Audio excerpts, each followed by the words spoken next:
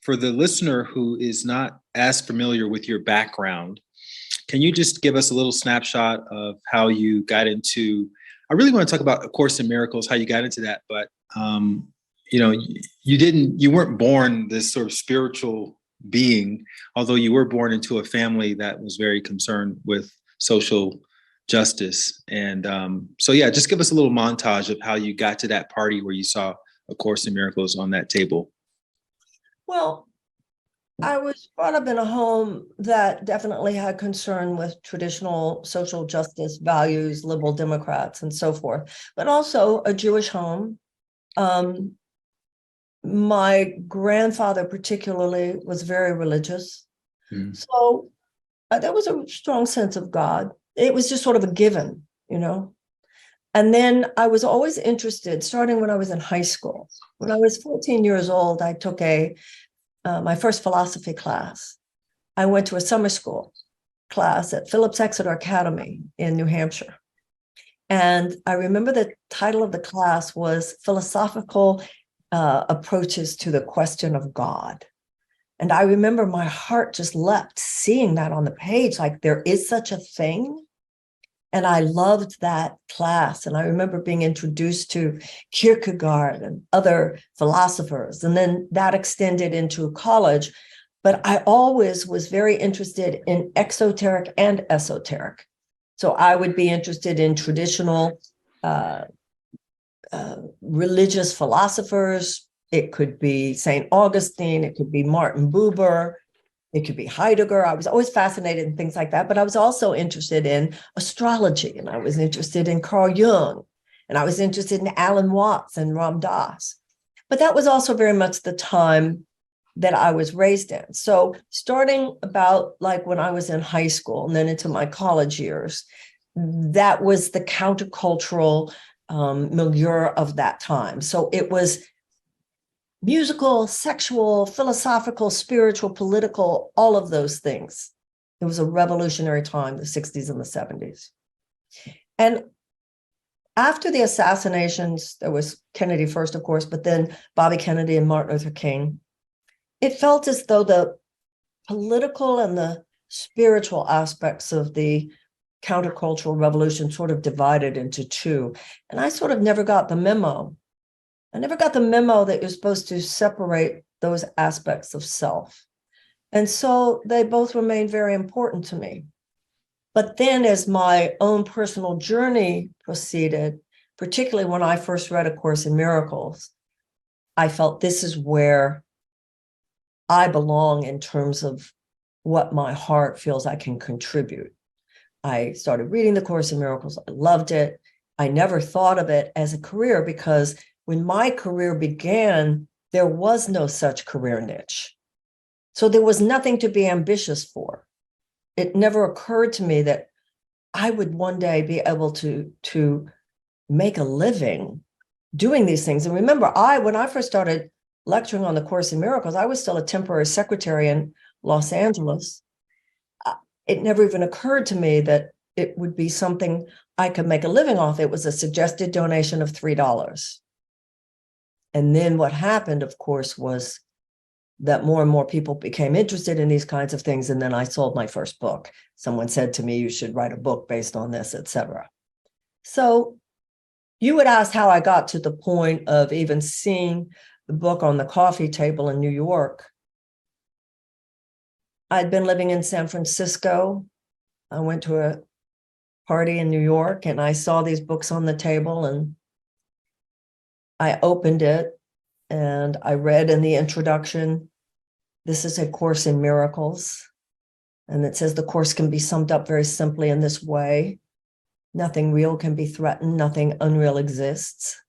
Herein lies the peace of God. And I've talked about this in my books. I started reading, you know how you just are going through a book and it was fascinating material to me, but I saw the Christian language. Now I had studied in college Christian philosophers and Thomas Aquinas and so forth, but this wasn't school. So being Jewish, I was a little like, I don't know about this. But then the more I read, I remember in the introduction, it had said, this is a required course.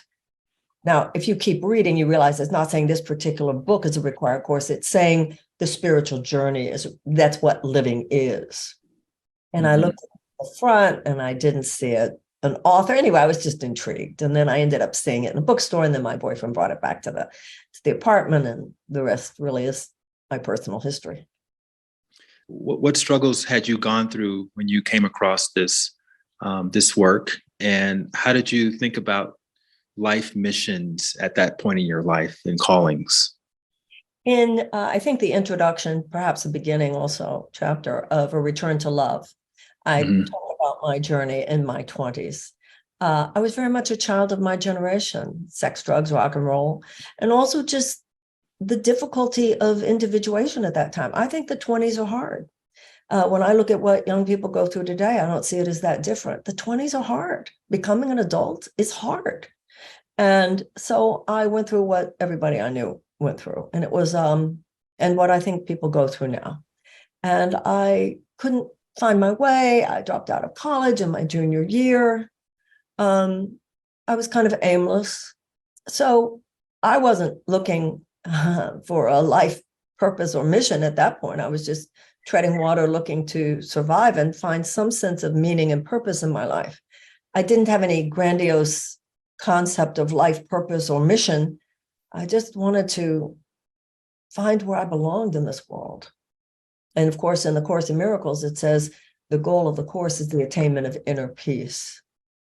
Now, I think there's one truth spoken in many different ways. The Course in Miracles doesn't have any kind of monopoly on truth. It doesn't claim to. So whether you're looking at the mystical truths in Judaism or Christianity or Islam or psychotherapy, AA, yoga, transcendental meditation. I mean, there are so many doorways to the same room. And even when I read the Course in Miracles, I didn't find like, oh, I have found the truth. I had read so many books, and even in my own religion, things that I embraced, but I didn't know how to apply these concepts in a meaningful, practical way. And that's what the Course in Miracles did for me in a way that I had not found before. But it's not for everyone. If it's for you, you know it. I think that's true of all our different religious and spiritual and psychotherapeutic paths. You know, when they say when the student is ready, the teacher appears, and you find that is a particular doorway for you. Mm-hmm. And you became a very prolific teacher and author through interpreting this work and helping other people, because you said you've been working 40 years with people who have been experiencing pain and suffering. And did you have the same kind of moment when it came to getting into politics, where you felt called to take what was existing and put your sort of interpretation on that and then spread that to help people? And if so, when did that happen and how did that happen? Well, with A Course in Miracles, once again, as I said before, there was no career niche. So I wasn't thinking that my talking about the Course in Miracles was going to be any kind of a career. It was just what I loved to do. And then when I moved to LA and I was working at this place called the Philosophical Research Society. And they had these lecture series. And the woman who ran the place said, I hear you do this book called A Course in Miracles, and I'm looking for someone to give lectures. And I was so excited. I was just beside myself. I thought that was just the coolest thing you could do. I was still working there in their book publishing department, but I got to do these lectures. But then what happened was, not long after I started those lectures, the AIDS crisis burst onto the scene, much like when COVID burst onto the scene. All of a sudden, there's this horrible disease in our midst, right? And so more and more people, particularly gay men in LA, started coming to my lectures. And that really was how my career began. And then my work, my nonprofit activism that emerged from that. And then my first book came out at that same time, and all those things. Now, with something like AIDS, and then the there would be people, let's say, who were diagnosed with cancer, or then there would be people whose they found out their child was on heroin, or they themselves were 12-step people and also doing, this 11-step work, dealing with the Course in Miracles, or it could be someone who lost a loved one.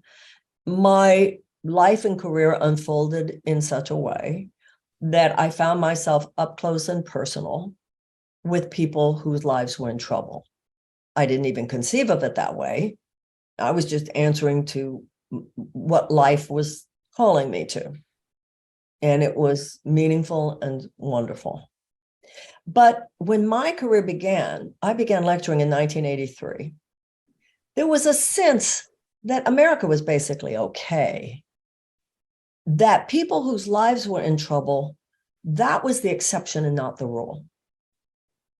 About 20 years later, I began to notice a change.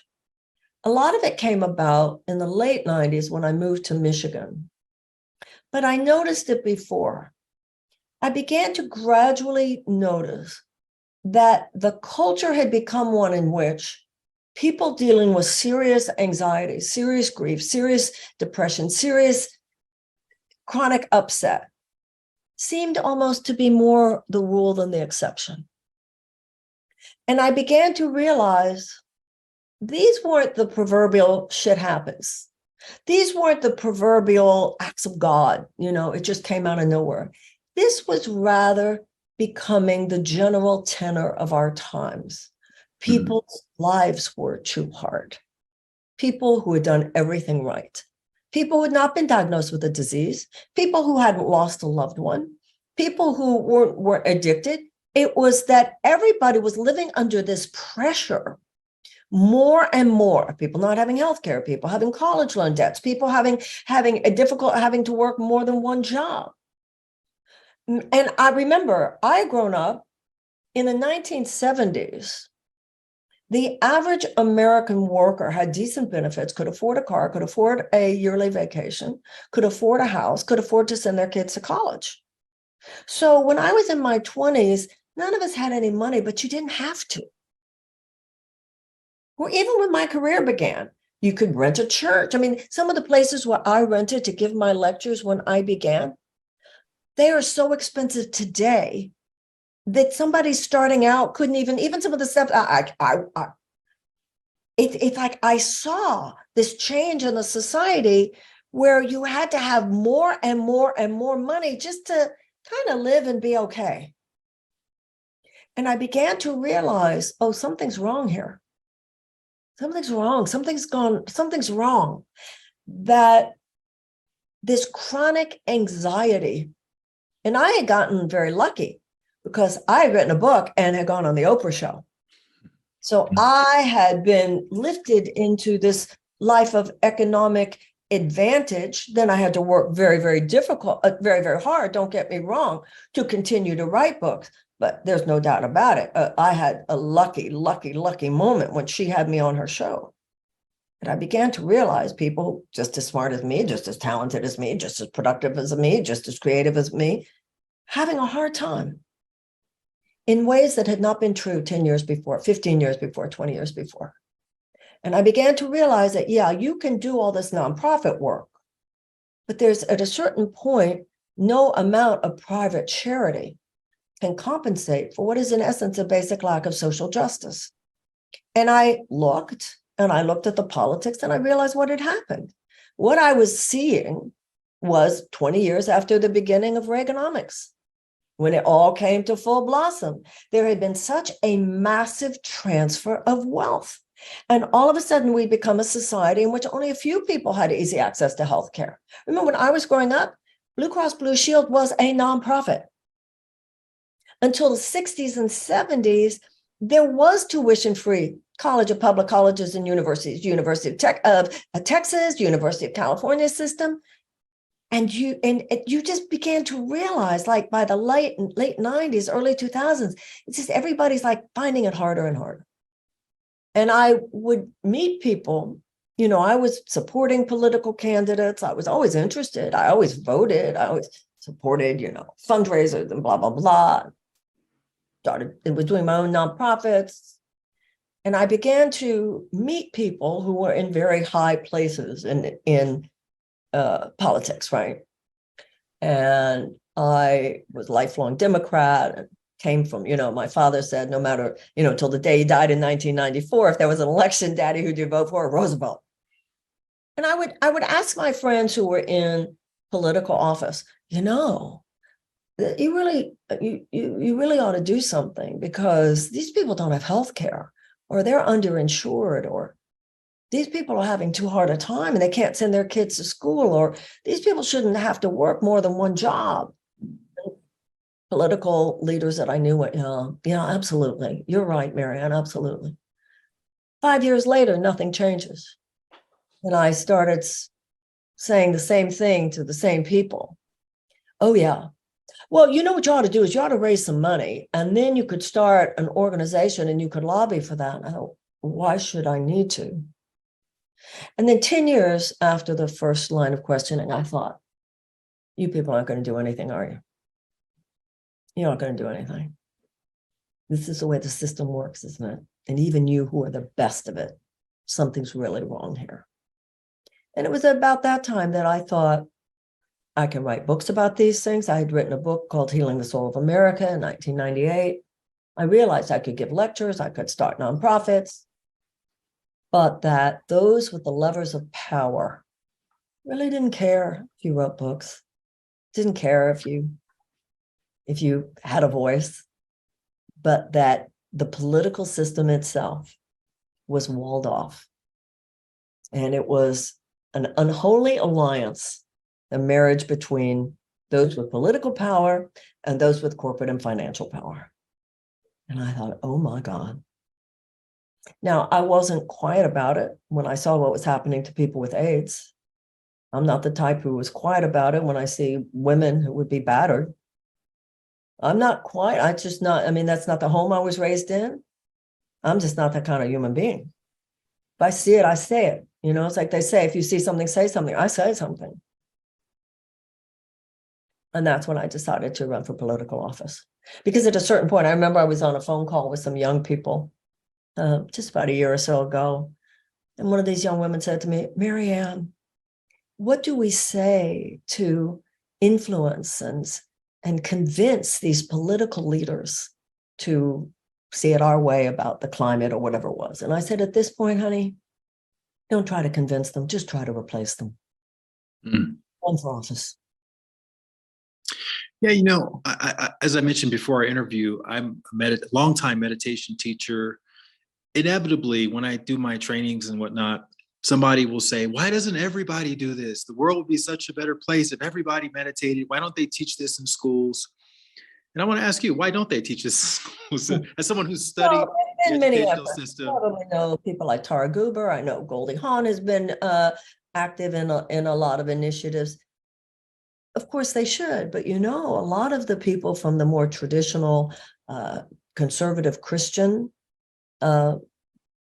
corners of our society don't want meditation taught in school. Now, when I grew up, there was, we prayed in the morning. We said the Lord's Prayer and the Pledge of Allegiance. And I know it's not something that liberals or progressives are supposed to say, but I'm sorry they took that out. And because I come from a religious minority, but there's nothing in the Lord's Prayer that is offensive to any religious perspective. And now there are those who are atheists who might not like it, and they shouldn't be forced to pray. But if we're going to pray at the opening of Congress, and you're going to pray at the inauguration of a president, and then I remember Bill Clinton, when he was president, I'm pretty sure that he said, well, how about a moment of silence or a minute of silence or something? And it was the more conservative, Christians who didn't want that. And I think that's very sad, actually. But you see more and more initiatives, and I'm sure you're part of young people, and including in some of our most disadvantaged neighborhoods, who are being taught meditation. And You know, the Dalai Lama said, in order to save the world, we must have a plan, but no plan will work unless we meditate. Yeah, I guess where I'm really going with that question is I have certainly had casual, ideas about maybe running for president one day and what I would do differently, as a more spiritually inclined person. But then after seeing what happens to someone like you, who ran for president, how you get mocked and how you get caricaturized, and people start calling you airy fairy and crystal loving and this kind of thing here, it's almost like it's too disruptive for the current system. And I'm wondering how you think about that, because you're not, you're one of the most thoughtful people I've ever seen, and whose work I've ever read. And you're going into this system that's very entrenched. And you obviously believe that you can actually do this. And we want someone like that in there who believes that I think that's really the only way you can do it, is if you believe you can actually do it. How do you do that though? How do you break through that stereotype that someone may have when they hear, oh, we need a politics of love, and oh, that's okay, that's too soft for us. We're Americans. We should be, stronger than that, or whatever, the general market may think about hearing those kinds of messages. When it happened during the last campaign, it was very hurtful. Such an insult. I feel that I've had a very serious career. I know that. And the indignity of the smears and the mockery. And I would say, Martin Luther King said it's time to inject a new dimension of love into the veins of civilization. Or Cory Booker could talk about love. That's okay. So, of course, it was very painful. When I was deciding whether or not to run again, I was aware that it would happen again. And this time, in some ways, it's worse. This time, the crystal lady thing seems to have been replaced by, I'm a horrible human being. And I scream and yell and mean to people. You get some emotional antibodies when you go through something like that. And you get to the point of realizing, or at least I see this now, I have to be making a difference on some level for people to be working so hard to obstruct the process by which anybody would really hear what I have to say. So last time it felt like all this fairy dust was being thrown in people's faces so that they wouldn't really listen to me. And that's exactly what was happening. This time it feels like, wow, they really don't want someone talking about Medicare for all, tuition-free college and tech school, free childcare, guaranteed living wage, paid family leave, economic bill of rights, guaranteed sick pay. They really don't want that person in the conversation, do they? So it is such a spiritual, nothing could be more perfect. It is such a challenge. Okay, Marianne, this love is real and nothing else exists. How you doing with that today? So right now, it's embarrassing when you know that people are reading lies about you, smears, when you know what really happened in a situation. When you're tried in a court of law, there are rules of due process. Your lawyer gets up and presents your own witnesses and your own evidence and cross-examines your accuser. When you're tried in the media, but only love is real. So what do people get wrong about Marianne Williamson, the candidate? Well, I think people who actually hear me, I'm pretty much of an open book, actually. Mm-hmm. I don't think people who actually listen to me get me wrong. I'm just a human being. I mean, I've been out there for 40 years. I mean, people read my books, people have heard me talk.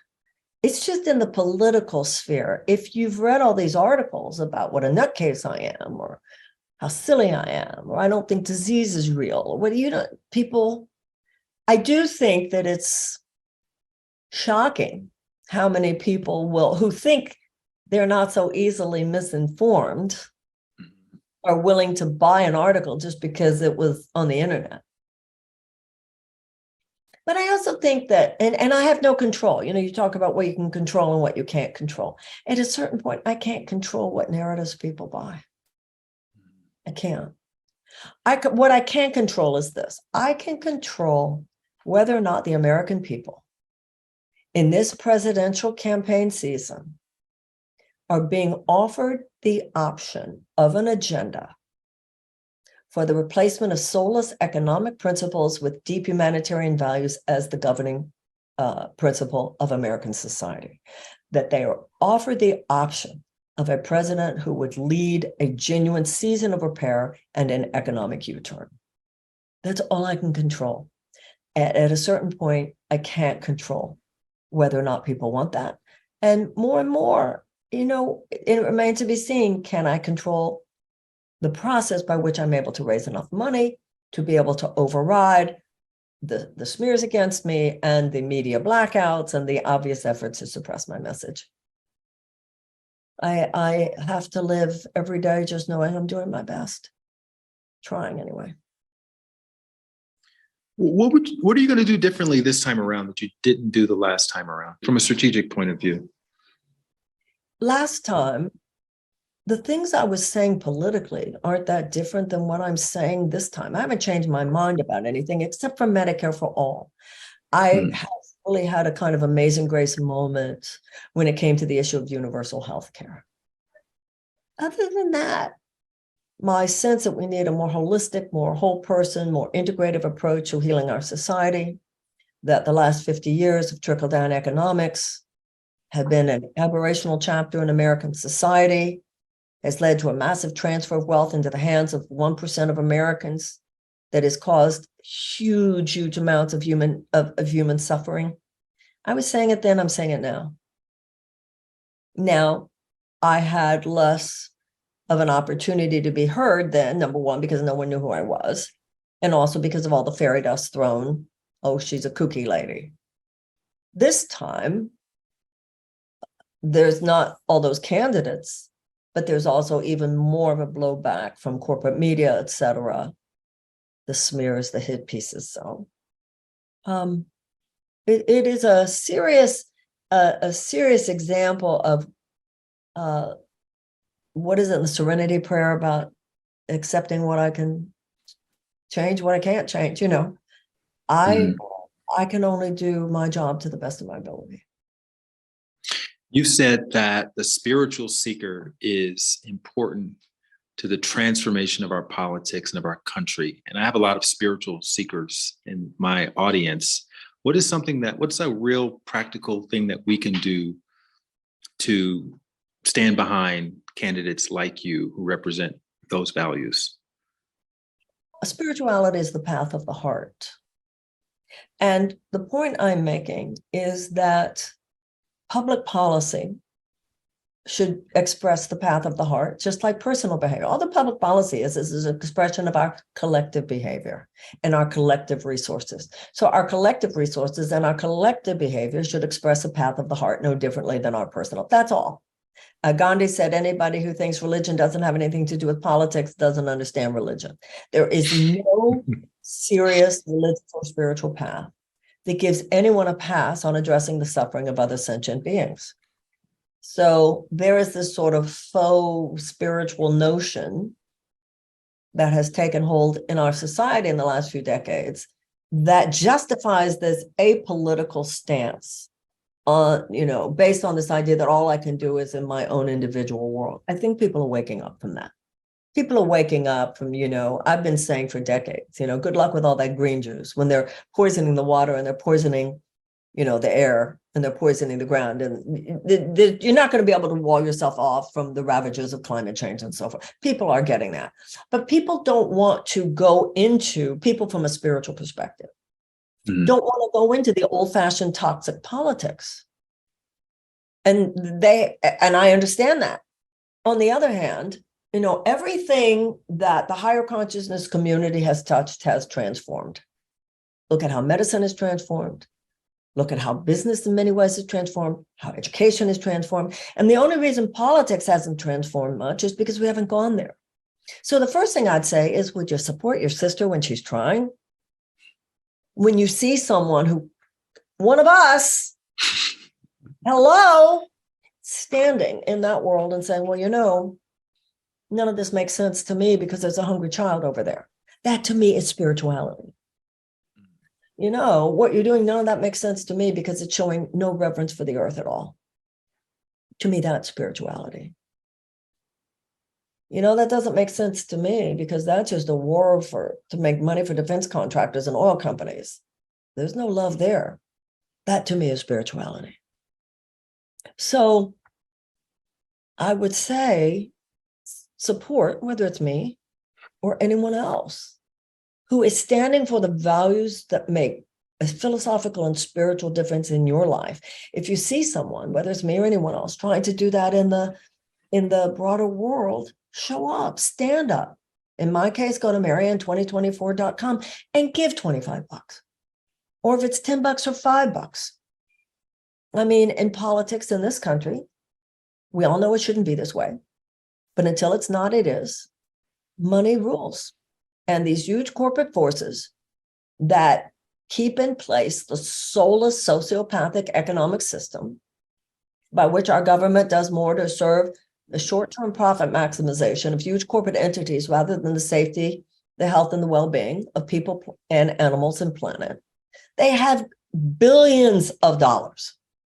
So when you see someone who is trying to stand for a genuine alternative there, we're not backed by that money. We're not backed by corporate money. The only way this is going to happen is if we all show up with, it's not about, with the corporate forces, it's a few billionaires.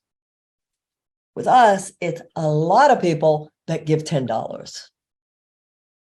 Now, Bernie Sanders already showed that it can be done.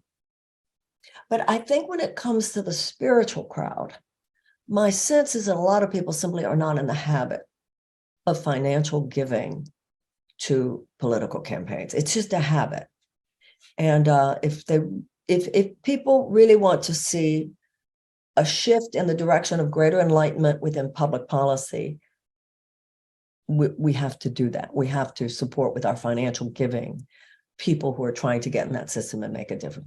Because if you don't have the money, you can't hire, I can't tell you how many times people say to me, you really should do blank. Marianne, you really should do blank. You really should do blank. And I'm sitting here thinking, really? Because if I could afford to hire the person who could do that, I would.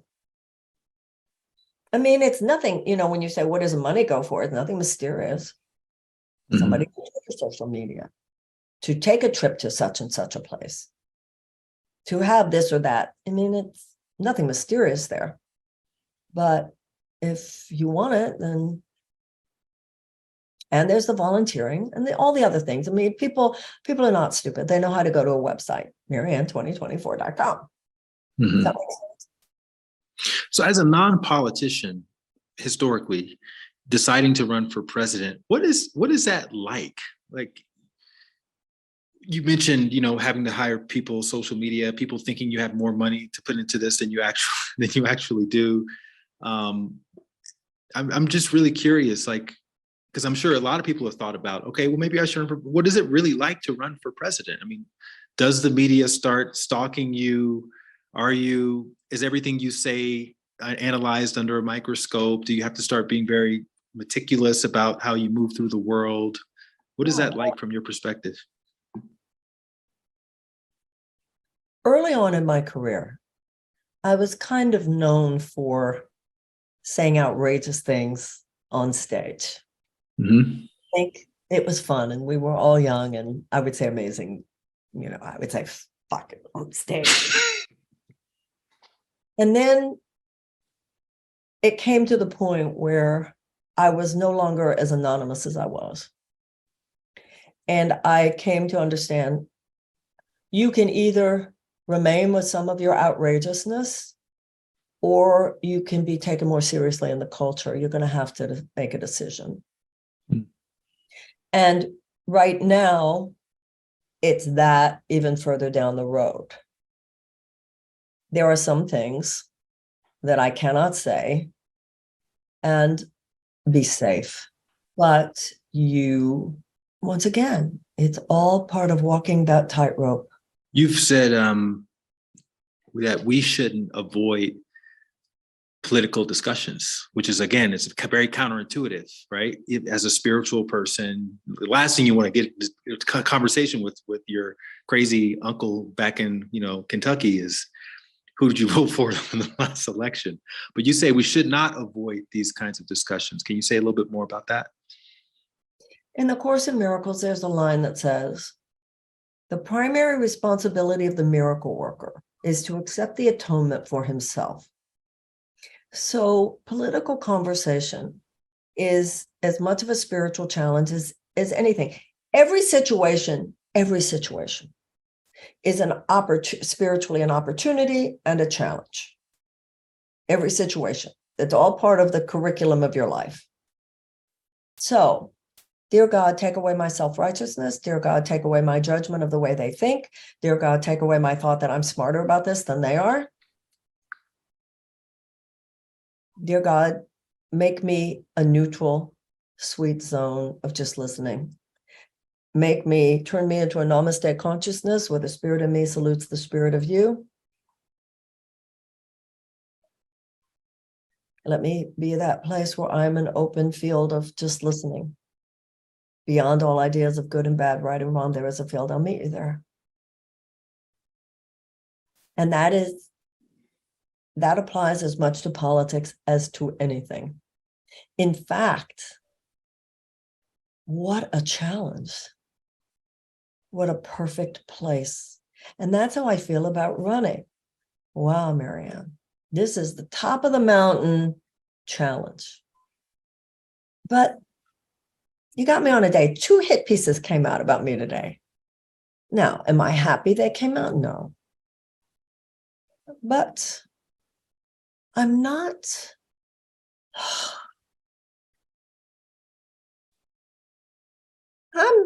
I would say 87% fine. Mm-hmm. Yeah, I saw those hit pieces as well.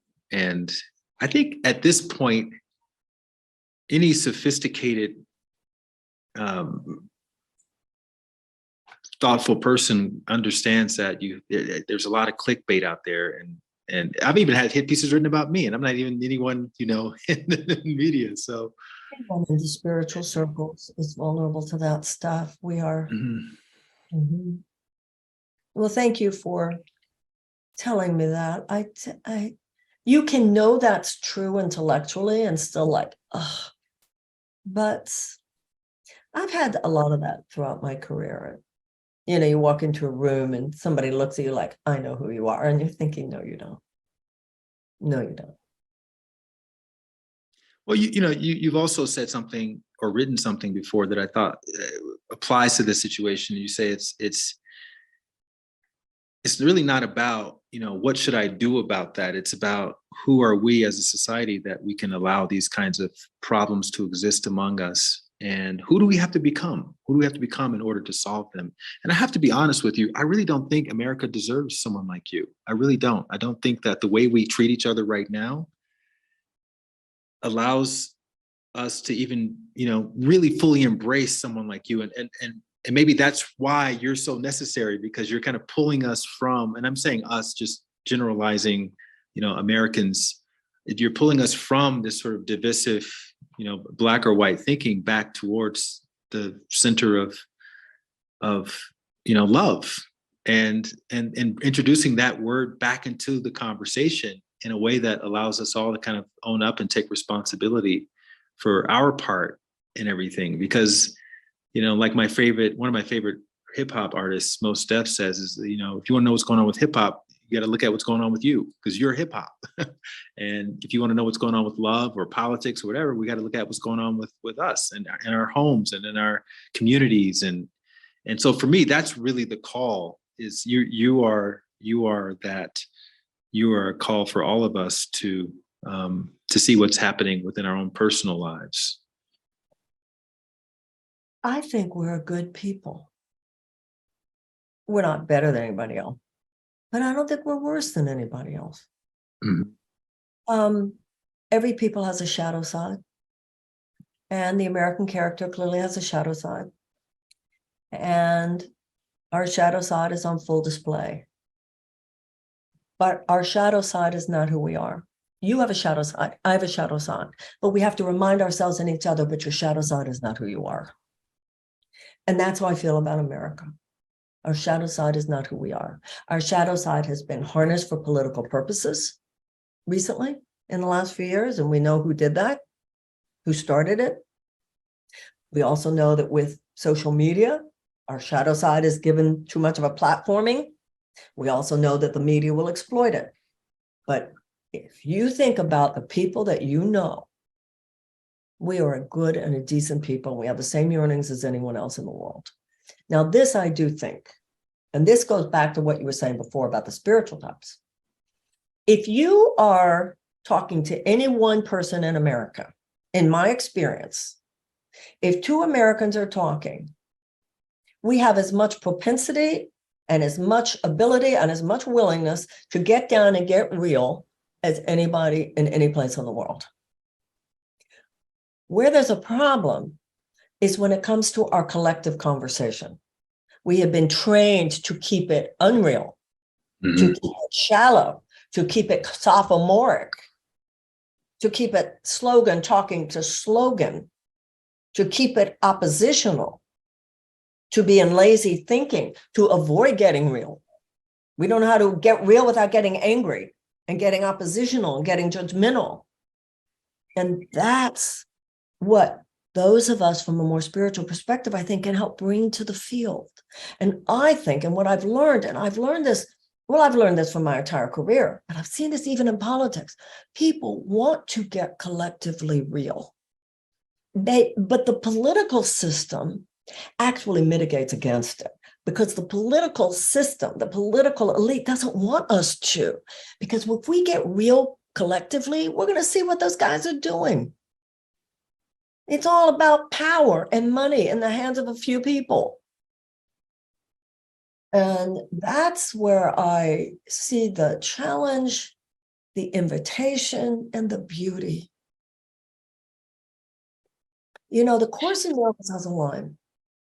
People hear you on the level that you speak to them from. And what I've learned as a political candidate, as well as spiritual teacher or anything else, you speak to the noble in people hear you. You speak to the good, to the decent, people want to be good and decent. I've talked to people in prison. I've talked to people in prisons and said, you know, we really as a country have to think about what we're doing as a country. And I've seen people in prison like kind of honored to be included in that conversation. And they'll go, yeah, we really do. And really want to be there. How can we be a better country now?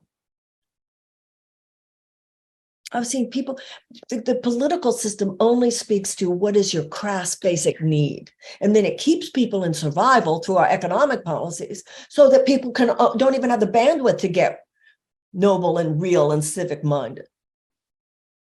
That's why there should be economic justice, so that people aren't living in survival and just talk about the things that matter most, not just about our personal. See, when people are living in survival so much, we're forced into a dog eat dog. I got to get mine. I got to get mine. That's not how a civilization can thrive. We have to have our basic needs covered enough that then we can let's talk about the whole thing. Is that what you meant when you said we're done with polite requests? Absolutely. Well, you know, in every advanced mammalian species that survives and thrives, one of its common characteristics is fierce behavior on the part of the adult female when she senses a threat to her cubs. Mm-hmm. At a certain point, this is to save our children. Just like we have in the spiritual community certainly understands the concept of boundaries. And we need to have boundaries in our collective experience, just like in our personal experience. You cannot destroy my home. You cannot destroy my planet. You cannot hurt my child. You cannot hurt the child on the other side of town. I won't have it. You can't do it to my tribe, and you can't do it to somebody else's. One of the things that Black people and Jewish people have in common is this fierce thing. You did it to my grandparents, and you're not going to do it to my kids. And we need to have that. Today, it's the transgender community, for instance. It's unbelievable, the attack on the transgender community.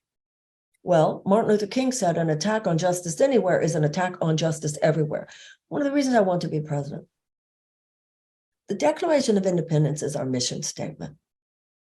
You were talking about mission earlier. Mm-hmm. Declaration of Independence is our mission statement. Now, we've never fully manifested. The story of America, the 56 men signed the Declaration of Independence. The Declaration of Independence is a statement, never was there a country founded on such enlightened principles.